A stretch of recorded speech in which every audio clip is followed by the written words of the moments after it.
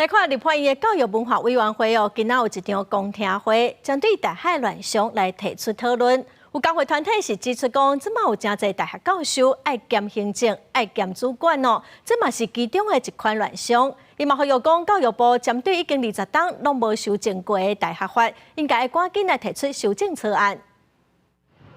为着落实学生参与根据大学法的规定，大学的校务会议学生代表人数至少要占整体10%。拜三立法院教文委员会针对高教的治理召开公听会，在场有教育工会团体指出，毋但学生的识趣要要义，也要关注无行政工课的老师占偌济比例。学生的代表的比例或者是参与，当然是现在受到各界所重视，固然是重要的哈。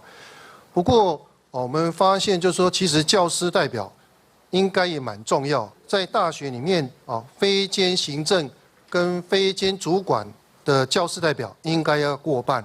虽然大学法有规范，教师代表要占整体校务会议人数一半以上，但是林实杰指出，这大学会甲兼行政工课的教师也算做教师代表。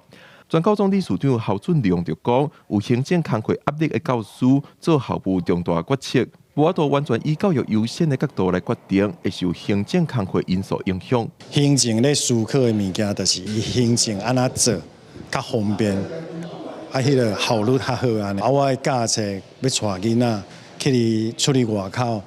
去参加一寡活动，还是啥物货？行政的思维，伊会想讲，咱是毋是伫学校内底？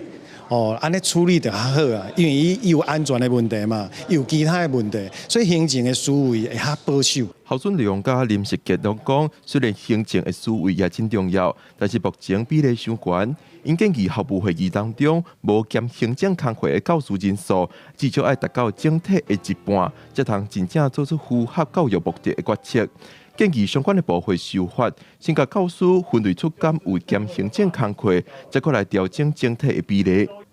记者龚李玉凯台北报道。